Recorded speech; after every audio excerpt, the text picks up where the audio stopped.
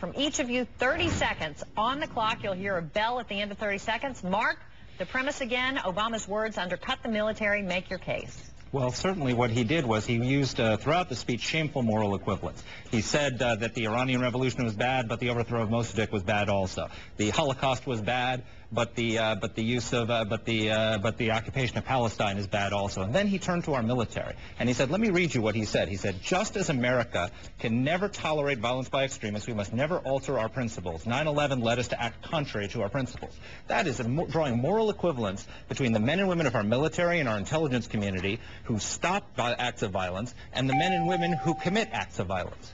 Michael? Well, I listened to Mark and I've read his pieces, and without hearing more, it's difficult for me to shake the feeling that what's being said here is a gross disservice to the US military and to the US intelligence community. I'm not sure that the military or intelligence communities would feel under attack.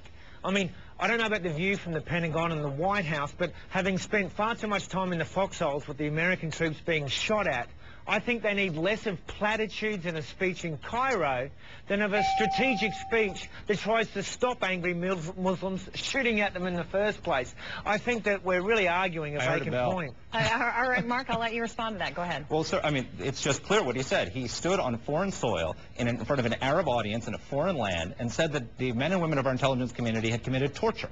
He said that he was closing Guantanamo Bay without making any defense whatsoever of the good men and women who run that facility, who got vital intelligence to protect the American people, and did not commit abuse, did not commit torture. In fact, Eric Holder, when he gave a speech in Berlin, said that they were professional and that they treat detainees humanely. Just a single sentence defending them would have been sufficient, but he threw them under the bus in order to curry favor with a Muslim audience. Michael, should there have been some acknowledgement of American troops and what they've done in the speech somewhere? Well, I think that's implicit throughout, all of this discourse, and I would argue that President Obama in Cairo was not giving a Republican candidate stump speech on the campaign trail. I mean, one needs to be aware of one's audience. Now, the Arab Muslim world has its own first-hand appreciation of the US military and intelligence community. Indeed, it's its sons who are in Guantanamo for better or for worse.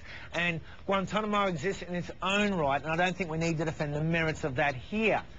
Paying lip service to the troops who have been serving there honourably anyway, to the grunts who are in the field bleeding and sweating, I don't think it's going to play in a Muslim audience. I don't think that's what they were there to hear, and I don't think the troops in the field or at Guantanamo need to be treated like such needy children that they need someone to stroke their hand in every speech. Let's stop the Arabs attacking them in the first place. Could I say something? Go ahead. I think that's more important, Mark. It's not about needy children or that kind of condescending attitude from Michael. I think that's a terrible thing to say about them. He went out and affirmatively said that they had committed torture, that Guantanamo was contrary to our ideals. So it's not that he didn't praise them, though he should have praised them. Well, that was your point, and I do believe... He criticized them. Hold on. You said some things. Now let me say something. Yeah, sure. The United States military, what he should have said in his speech, and certainly it shouldn't be just a Republican that would say this, Michael. Any Republicans and Democrats should both agree that from Iraq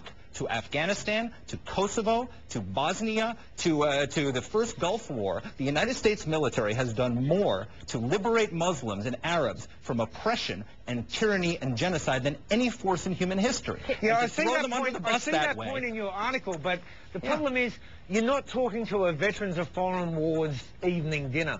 You're talking to the Arab or the Muslim world.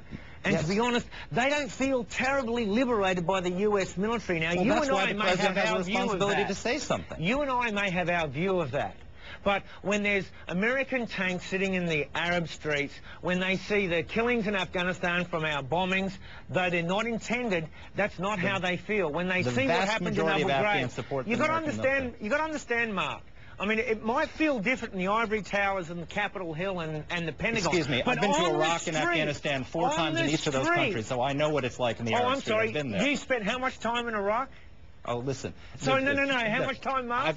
How much time, Mark? Oh, I know you lived there. Right, I lived there for 6 years, right? Good, congratulations. I know the problem that President Obama is trying to address. And I can tell you, I've spent more time in the trenches with your troops than I can guarantee you have. And I'm speaking for your soldiers. Michael, and let me tell you something. They don't need platitudes. They need a solution.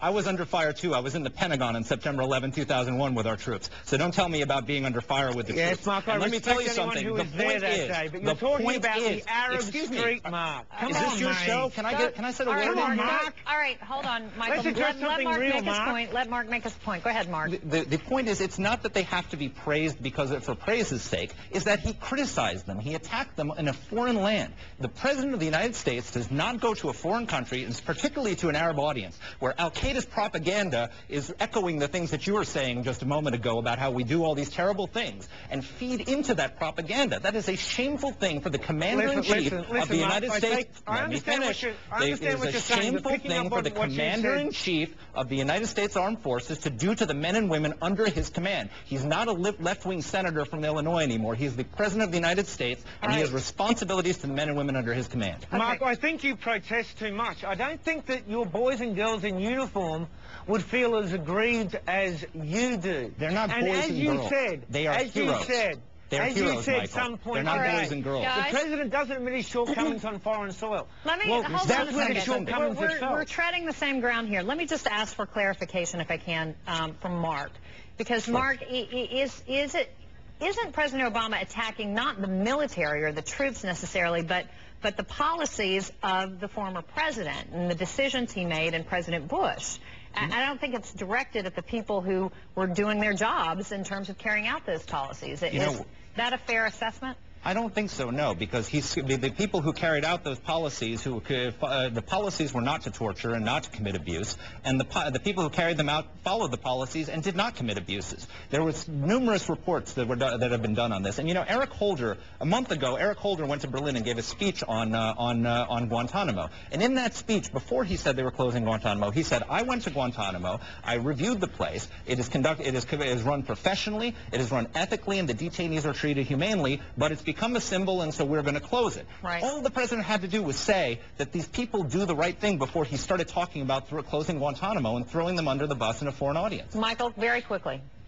Mark, I think you're being far too precious. I mean, the point's taken.